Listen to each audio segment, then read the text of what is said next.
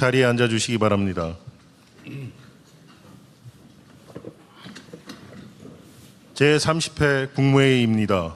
대통령께서 개선안과 함께 모두 말씀을 하시겠습니다.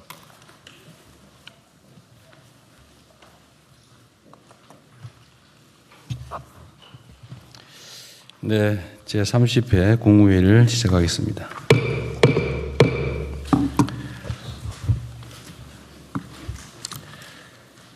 올 상반기 수출이 5천억 불에 육박하는 폭발적인 증가세를 보이고 있습니다.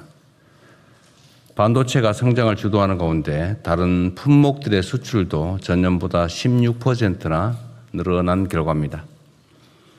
세계 무역 4강 진입도 불가능한 목표가 아니게 됐습니다. 이러한 눈부신 수출 실적과 설비 투자 증가 등을 바탕으로 올해 실질 성장률은 3%에 이를 것이라는 전망도 잇따르고 있습니다. 인공지능 혁명이 촉발한 글로벌 산업 재편이 우리에게 새로운 기회의 창을 열어주고 있는 셈입니다. 하반기에는 본격화하는 경제 대전환을 보다 가속해서 대체 불가 대한민국으로 나아가는 길을 더욱 넓혀야 되겠습니다. 이를 위해서 국민 삶과 직결된 물가와 부동산 안정에 총력을 기울이고 초격차, 초혁신 성장 동력 육성으로 잠재 성장률을 3%까지 단계적으로 높여 나가야 합니다. 특히 그 핵심이라고 할 수 있는 3대 메가 프로젝트의 조기 현실화를 위해서 중앙정부와 지방정부 그리고 기업이 한몸처럼 열심히 뛰어야 되겠습니다. 지금 하루를 단축하면 나중에 열흘 또는 100일을 벌 수 있다는 자세로 모든 관련 절차를 최대한 빠르게 진행해 주시기 바랍니다. 지속 가능한 성장 엔진을 가동하는 한편으로 우리 사회의 구조적 문제를 해소하는 데도 힘을 쏟아야 합니다. 우리 공동체의 미래인 청년들에게 일자리, 주거, 자산, 그리고 역량 개발 등에 있어서 다층적인 성장 사다리를 제공하고 노동시장 격차 완화와 함께 공공기관, 재정, 규제 영역에서 혁신도 속도를 내야 되겠습니다. 이번 하반기에 우리가 어떤 성과를 만드느냐에 따라서 우리 대한민국의 미래 30년이 좌우될 것입니다. 올해가 잠재 성장률 3%, 세계 무역 4강, 국민소득 5만 불이라는 대체 불가 대한민국으로 도약하는 원년으로 기억될 수 있게 힘을 모아주시길 부탁드립니다. 우리 대한민국의 번영은 경제의 힘만으로는 이루어질 수 없습니다. 지난주 우리 정부 출범 이후 첫 나토 순방과 몽골 국빈 방문이 순조롭게 마무리되었습니다. 이번 외교 일정을 통해 방산과 첨단 기술의 글로벌 협력의 새 지평이 열렸습니다. 그리고 핵심 광물 공급망 확보에도 상당한 성과가 있었습니다. 관계부처는 이러한 외교적 결실이 국민의 삶과 우리 경제에 실질적인 보탬이 될 수 있도록 후속 조치를 속도감 있게 추진해 주기 바랍니다. 대한민국의 더 큰 도약과 지속적인 성장을 위해서 더 안정적이고 평화로운 세계 질서가 뒷받침되어야 합니다.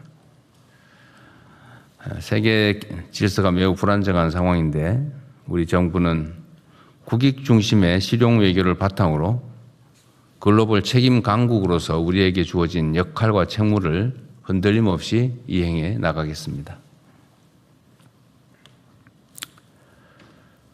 오송 지하차도 참사가 내일 3주기를 맞습니다. 올해부터는 충청북도가 적극적으로 나서서 추모 행사를 한다고 합니다. 이 당연한 일에 3년이란 시간이 걸렸다는 사실이 참으로 안타깝습니다. 거듭 고인들의 명복을 빌며 유가족 여러분께도 깊은 위로 말씀을 전합니다. 국가는 늘 국민의 생명과 안전을 위협하는 모든 재해에 철저히 대비해야 합니다. 이번 주에 극심한 폭염과 또 많은 비가 번갈아 예보되고 있는데 취약계층과 위험지역에 대한 안전대책을 세밀하게 점검해 주기 바랍니다. 국민의 생명을 지키는 일에는 어떠한 작은 빈틈도 절대 허용해서는 안 됩니다. 안전 문제에 관한 지나친 것이 부족한 것보다 훨씬 낫습니다. 내일부터 정부 각 부처와 공공기관의 업무 보고가 시작됩니다. 우리 정부 출범 이후 현재까지 확정하고 추진해왔던 주요 과제들이 제대로 작동하고 있는지, 또 중동 전쟁 등 변화된 국정 환경에 맞춰서 앞으로의 정책 방향을 어떻게 설정하고 있는지, 이런 점들을 국민과 함께 살펴보고 점검하는 자리입니다. 좀 스트레스가 있으시죠, 다들? 괜찮은 것 같기도 하고. 철저한 준비를 당부드리고 한 가지 더 추가 말씀을 드립니다.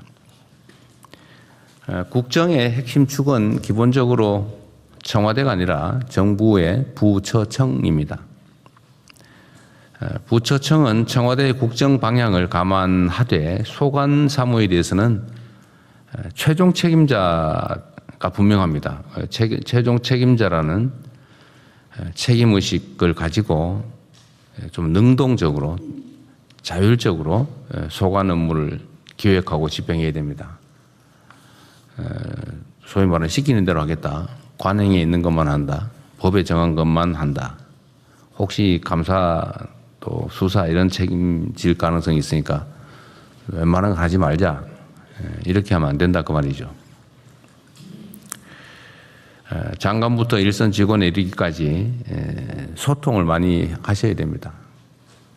오늘 아침에 제가 본 기록 자료 중에 이런 게 있었는데, 얼마 전에 제가 왜 산림청에 무슨 메뚜기 뭐 그런 얘기 있었죠? 그 대충 중간 조사 결과를 봤는데 1,900개인가 관련 업체 중에서 1,200~1,300개를 조사를 했더니 그 중에 한 900개가 좀 문제가 있어 보인다. 뭐 그런 내용이었어요. 네. 산림청? 예, 산림청장입니다. 맞습니다. 네네. 그 황당무계한 얘기죠. 근데 이게 1,000개가 넘는 업체들이 다 문제가 있어 보인다. 지금 현재 상태로 뭐 면허 대여 뭐 등등.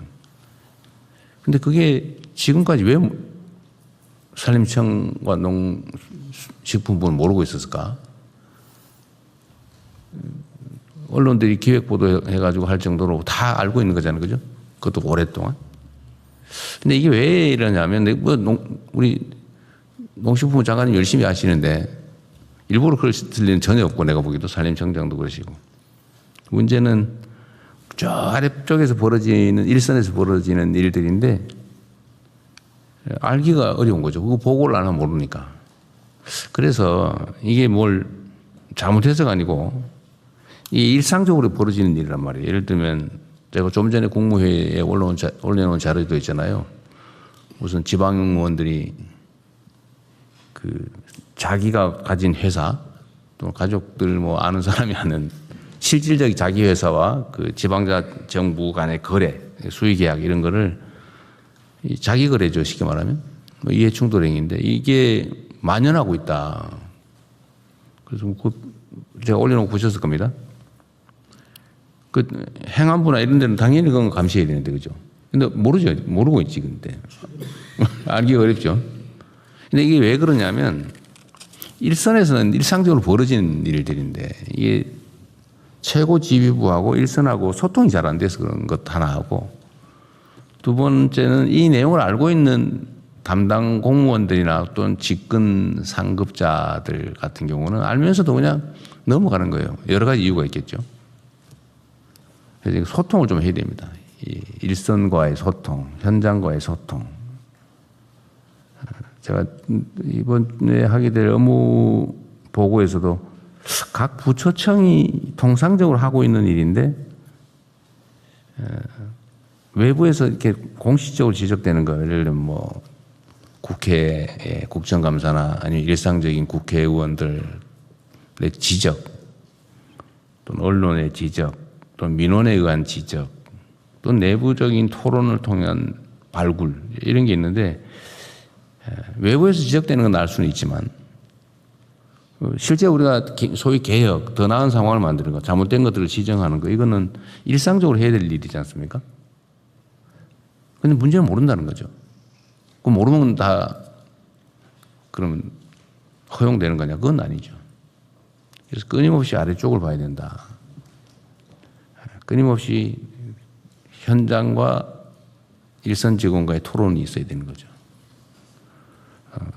그래서 제가 계급장을 떼고 하는 브레인스토밍이나 이런 허심탄회한 토론이 꼭 필요하다고 그 말씀드린 이유입니다. 평소에 말 안 해요. 왜냐하면 그게 방치되고 있는 걸 자기가 얘기하면 자기가 책임질 수가 있거든. 그런데 그런 점들을 잘 감안해서 이게 중요하죠. 국민들은 이걸 다 알고 있거든요. 일선에서는. 그런데 지휘하는 우리만 몰라요. 여기 계신 분들은 최소한 그런 책임의식, 공인의식을 가지고 계신 분들이라서 일부러 그럴 리는 전혀 없다고 봅니다.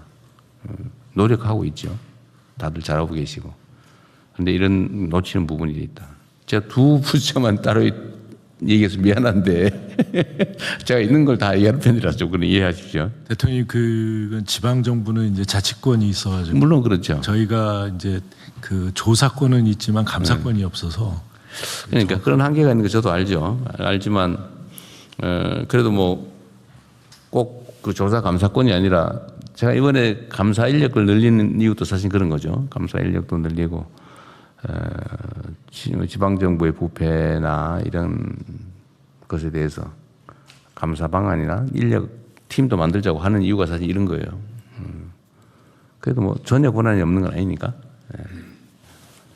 또 경찰의 역할도 중요하고. 하여튼 제가 말씀드리고 싶은 거는 이런 거를 발견하는 것 자체가 어렵긴 한데 이런 걸 발견해서 시정하는 게 정말 중요한 일입니다. 각 부처청은 일선에 좀 대화를 좀 많이 하라 그런 취지예요.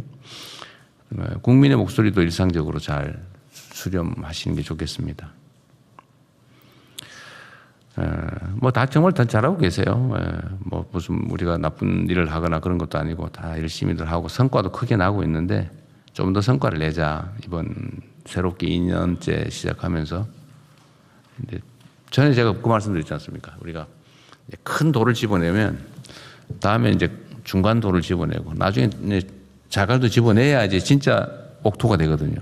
근데 그 과정입니다. 뭐 큰 돌 많이 집어냈죠, 우리가. 이제 잔돌에 신경을 좀 쓰자. 그런 얘기였습니다. 네. 어쨌든 뭐 저희가 한 1년여 지나면서 객관적으로 평가받는 것도 그러하고 제가 보기에도 여러분 너무 잘들 하고 계십니다. 감사드립니다. 어쨌든 새롭게 다시 출발했으면 좋겠다는 말씀을 이렇게 잔소리 비슷하게 해서 아쉽게는 생각합니다. 좀 더 신경 써주세요. 이상입니다.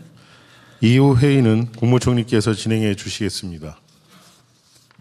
네, 이후 순서는 제가 진행하겠습니다. 오늘 저도 지난주에 대통령님 순방 가시는 동안 진행했지만 본격적으로 진행하는 거 오늘 처음이라 처음 진행하는 제가 한번 원칙을 다시 한번 말씀드리겠습니다. 오늘 새로 배석하신 분들도 계시는데요. 국무위원님들은 자유롭게 발언하시고 국무회의인 만큼 국무위원 위회분들은 의장이나 총리의 허락을 받고 발언권 발언해 주시기 바랍니다. 혹시 그 외에 국무회의 관련해서 의견이 있으신 분들은 서면 제출해 주시면 참고하도록 하겠습니다. 그러면 이제 현안 토의를 진행하겠습니다. 형사 미성년자 연령 기준 공론화 결과에 보고에 대해서 성평등가족부 장관께서 발제해 주시기 바랍니다. 네. 성평등가족부에서 추진한 촉법소년 연령기준 공론화 주요 결과에 대해 보고드리겠습니다.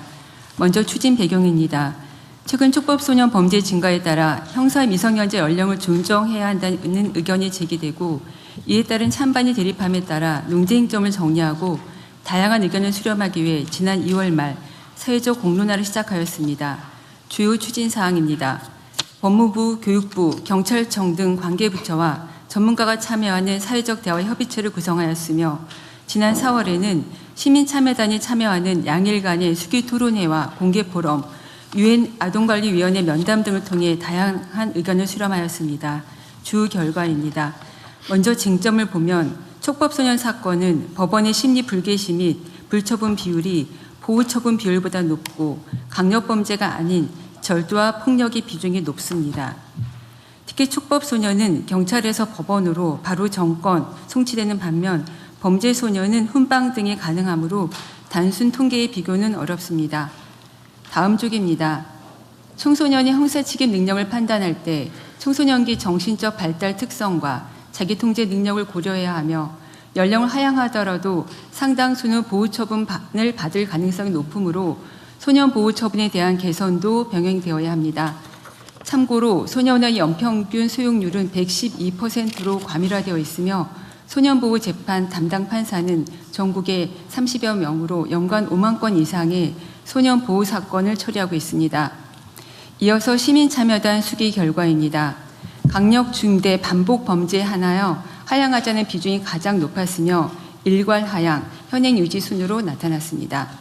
연령 하향 범위는 13세 미만으로 1살 낮추자는 의견이 가장 높았습니다. 특히 시민들이 중요하다고 본 결정 기준은 범죄 예방을 통한 사회 보호, 피해자 보호와 국가의 책임 있는 대응이었습니다. 다음 페이지입니다. 사회적 대화협의체 제도 개선 공고안의 주요 내용입니다. 시민참여단 수기 결과를 존중하되 연령 하향의 효과와 통계적 근거, 소년의 발달 특성, 보호 인프라 여건 등을 종합적으로 고려하여 신중한 검토가 필요하며 관련 제도 개선 사항을 함께 제시하였습니다. 초기 대응을 위해 촉법소년 경찰 조사 가이드라인 및 조사권 근거를 마련하고 입원뿐만 아니라 통원 치료까지 가능하도록 치료 처분을 개선하는 등 보호 처분을 내실화하고 보호 처분 시설 및 소년 분류 심사원 등 인프라 확충, 피해자 진술권, 열람 등사 등 피해자의 알 권리 보장 등을 위한 법률 개정을 권고하였습니다. 종합 검토 의견 및 추진 계획입니다. 시민참여단 수기 결과를 고려하여 강력 중대 범죄에 한해 연령을 낮추는 방안을 검토하되 협의체에서 제시한 소년사법 체계 전반의 개선 대책을 병행 추진할 필요가 있습니다. 형법 및 소년법 등 관련 법률 개정을 추진하고 범정부 추진 체계를 통해 보호처분, 교정, 예방 등 후속 제도 개선 과제를 긴밀히 논의해 나갈 필요가 있습니다. 이번 공론화 과정에서는 2달 동안 각계 전문가와 많은 시민 여러분께서 진지하게 참여해 주셨고 언론에서도 개별 사건을 넘어 우리 소년사법 체계의 현황과 개선 방향을 함께 고민해 주셨습니다. 많은 시민들께서 이 문제를 이렇게 폭넓고 깊이 있게 사회적으로 논의한 것은 처음이라며 연령 하향 여부를 떠나 그 자체로 의미 있는 과정이었다는 말씀을 전해주셨습니다. 대통령께서 공론화의 필요성을 주문하지 않으셨다면 우리 사회가 형사 미성년자 연령이라는 하나의 제도를 넘어 청소년을 어떻게 보호하고 건강하게 성장하도록 도울 것인가를 함께 고민하는 출발점에 서지 못했을 것입니다. 나이라임 오렌지 나무라는 책에는 생업에 바쁜 부모의 방임으로 자신을 크리스마스에 태어난 악마로 여겼던 꼬마가 소년의 얘기를 들어주고 보듬어주는 이웃집 아저씨 뽀르뚜가로 인해 마음의 안정을 찾고 성장해가는 이야기가 나옵니다. 이번 공론화 과정에서 우리는 그동안 소년 비행으로 보호 처분을 받았던 많은 소년들이 사회 곳곳에 있는 이런 뽀르뚜가의 도움으로 잘 성장하여 전문직, 공무원, 지역사회 일꾼으로 활동 중인 사실을 확인했습니다. 앞으로 성평등 가족부는 관계의 부처와 함께 소년 비행에 대하여는 엄중하게 바라보되 도움이 필요한 소년이 곁에서 이러한 사회적 논의를 바탕으로 청소년이 안전하게 성장하고 국민이 안심할 수 있는 사회를 만드는 데 최선을 다하겠습니다. 이상입니다. 네, 여기 우리 의견들을 좀 들어볼 텐데 핵심은 그런 거죠. 일괄적으로 낮추지 말고 중대범죄, 반복범죄에 한정해서 1살만 낮추자. 네. 그 말이죠. 부분적으로. 뭐 다른 분들 의견도 한번 나와서 보십시오. 의견 없어요? 너무 예민한 주제라서 나중에. 네, 그 토론 과정에서 교육부 같은 경우에는 좀 신중한 아예 낮추지 말자. 네, 그것이 어느 정도의 교육적 효과가 있을까에 대해서 고민도 많이 했는데, 긴 토론 과정을 성평등가족부와 같이 지켜보고 하면서 최종적으로 결론 내린 조건부의 하향하는 방침에 대해서 적극 공감하고요, 동의하고, 그럼에도 촉법소년 연령 하향 여부와 별개로 교육부에서는 원래 우리의 정책 방향인 그 교육과 회복이라고 하는 방향을 유지하는 가운데 우리 학생들이 특히 범죄에 빠져들지 않게 위기 학생의 조기 발견을 적극적으로 실시한다든가, 경찰이나 병원 등 전문기관과 연계를 강화해서 학생의 회복 탄력성을 강화할 수 있는 교육 체계를 더욱 강화하는 방향으로 협력하기로 했습니다. 그러니까 그건 뭐 부수적인 대책이고, 핵심 쟁점은 촉법소년 나이를 하향하는 문제. 법무부에 저 하나 물어볼 게 있는데요. 예, 만약에 반복 범죄에 대해서 이제 나이를 낮추면, 그러면 첫 번째 소위 초범 행위, 첫 촉법 행위에 대한 기록은 남아 있어서 확인이 가능한 겁니까? 이게 만약 그 심리하지 않는 걸로 결정돼 버리면 아예 3년이면 기록 자체가 없어집니다. 그러죠. 기록 자체가 없어져 버리잖아요. 그런데 반복 범죄인 걸 어떻게 확인하지? 뭐 그런 문제도 있고요. 일단 저희 법무부 의견을 좀 간단히 말씀드리면은 네. 일단 두 가지 측면이 있는 것 같습니다. 일단 최근에 촉법 소년들의 범죄가 증가되고 있고, 그중에 이제 중대한 범죄가 증가됨에 있어서 이러한 범죄들이 형사처벌 대상에서 완전히 배제된다고 했을 때 국민적 불안감의 문제가 있고요. 네. 또 마찬가지로 그 이면의 문제인데, 또 촉법소년들이 요새 많은 정보를 갖고 있지 않습니까? 난 뭐 촉법소년인데 나 처벌받지 않아, 이걸 악용하는 사례들, 네. 이런 것에 대한 국민적 감정이 있습니다. 두 번째로 법리적 측면에 있어서는 그 형사 미성년자 또는 촉법소년은 생물학적으로 일률적으로 책임 능력을 결정하고 있거든요. 그렇게 이렇게 예외적으로 이렇게 하는 경우는 오히려 그 예외적인 겁니다. 그렇기 때문에 현재는 14세 미만으로 일률적으로 정해져 있는 그 책임 능력의 문제를 갖다가 범죄의 중대성이라든가 뭐 반복성 같은 것은 책임 능력과는 별개의 문제 아니겠습니까? 그리고 그 행위자의 속성과는 그 책임 능력은 행위자의 속성의 문제인데, 범죄의 중대성이라든가 또는 뭐 이런 반복성 별개의 문제이기 때문에 이걸 해갖고서 부분적으로 또 예외적으로 몇 가지 범죄에 대해서만 하향한다는 것은 법리적인 문제가 좀 있다라는 그런 측면의 문제도 있습니다. 그리고 또 중대범죄를 갖다 어떻게 가르칠 건지, 나눌 건지에 대한 쟁점도 남아 있습니다. 그래서 저희는 한 일괄적으로 해서 뭐 13세 미만으로 낮춘다고 한다고 하더라도 어쨌든 사안 하나하나에 따라서 개별적으로 판단해야 될 문제이기 때문에 그것이 남용돼 갖고 뭐 과도하게 처벌받는 소년들이 늘어날 것으로 보지는 않고 있습니다. 근데 이게 논쟁을 하자면 끝이 없는 의제여서 일단 팩트를 몇 가지 체크를 해봐야 될 것 같아요. 어쨌든 반복 범죄, 경미 범죄죠, 그러니까 중대 강력 중대 범죄를 왜 구분해놨나 모르겠는데, 이건 좀 다른가요? 강력범, 중대범? 그러니까 이 부분에 대해서는 국회에서 범죄 형태가 네. 예를 들어 뭐 살인, 강간 뭐 이런 유형, 네. 그다음에 중대 범죄는 뭐 피해가 크다든지 뭐 이런 네, 걸 맞습니다. 말하는 네. 뭐 예를 들면 폭행 사건인데 네. 뭐 사람이 죽을 네, 그러니까 뭐 그러면 중상의 상해 결과가 치사가 되고, 나왔거나 어쨌든 뭐 뭐 네. 중상의 결과가 생겼다든지 네, 네, 뭐 네. 이런 중대 범죄는 그렇고, 네. 하여튼 요거는 뭐 예를 들면 규칙이나 이런 걸로 정하면 될 테니까 네.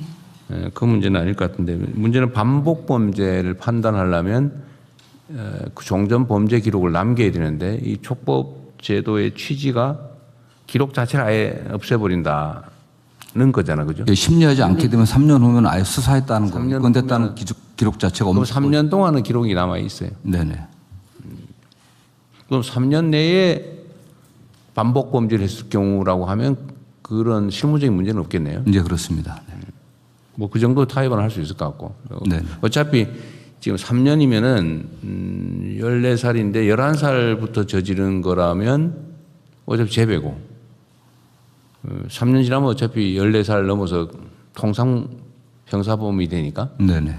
그건 뭘 문제 없겠네요. 네네. 그러면 3년 이내에 뭐 반복 범죄라고 어쨌든 하면 그 문제는 해결이 되겠는데. 근데 강력범, 중대범을 어떻게 정할 거냐? 뭐 이거는 뭐 사회적 합의를 통해서든 어떻게 정하면 되긴 한데 예, 그렇습니다. 문제는 일률적으로 낮출 거냐 말 거냐. 근데 낮춰야 된다는 거에 대해서는 별로 이견이 없는 것 같아요. 지금은 어떻습니까? 낮추면 안 된다. 현재 상태를 유지해야 된다. 그건 아닌 것 같죠. 예. 지금 자료를 보면 낮춰야 된다는 분들이 꽤 높은 비율로 나오고 있지 않습니까? 근데 그것은 낮추면 안 된다. 낮춰야 한다. 낮춰야 한다. 별로 그거는 뭐 이견은 없으신 그러면 그 낮춘다. 이건 일단 정하고 두 번째로 일률적으로 낮출 거냐, 중대범죄로 낮출 거냐. 네. 일률적으로 낮춘다면 몇 살까지 낮출 거냐. 일률적으로 낮추는 거를 뭐 2살씩 하는 건 너무 과한 것 같긴 하네요. 지금 일단 만약에 논의한다면 1살 정도 일률적으로. 예, 그렇습니다. 예. 일률적으로 한다면 한 살. 근데 중대범죄에 대해서는 어떻게 할 거냐 그러면. 근데 요즘 실제로 저런 거 있지 않나요?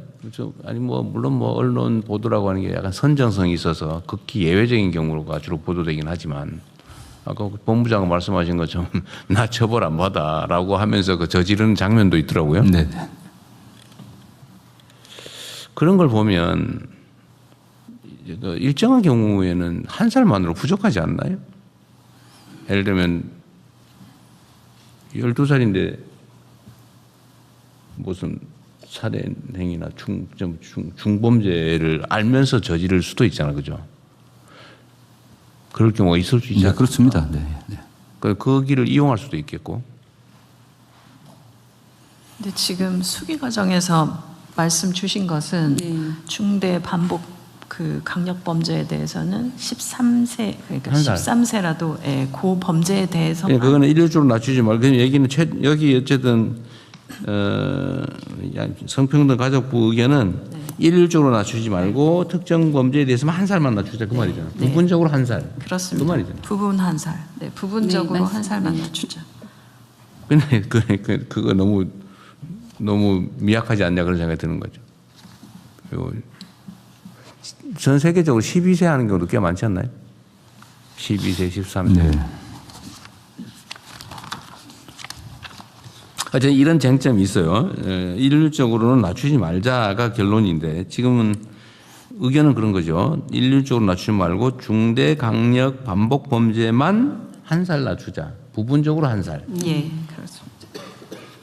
원래는 아예 안 낮추고 현상 유지하는 걸로 의견들이 많았다고 하던데 전문가들 의견은. 네. 국민들께서 촉법소년 이하라고 하면 처분을 안 받는 것으로 어떤 처벌도 안 받는 것을 많이 오해하는데 사실상 소년원 2년간의 장기 소년 송치까지 가능한 꽤 중대한 처분이 뒤따른다는 것을 잘 모르셨던 것 같습니다.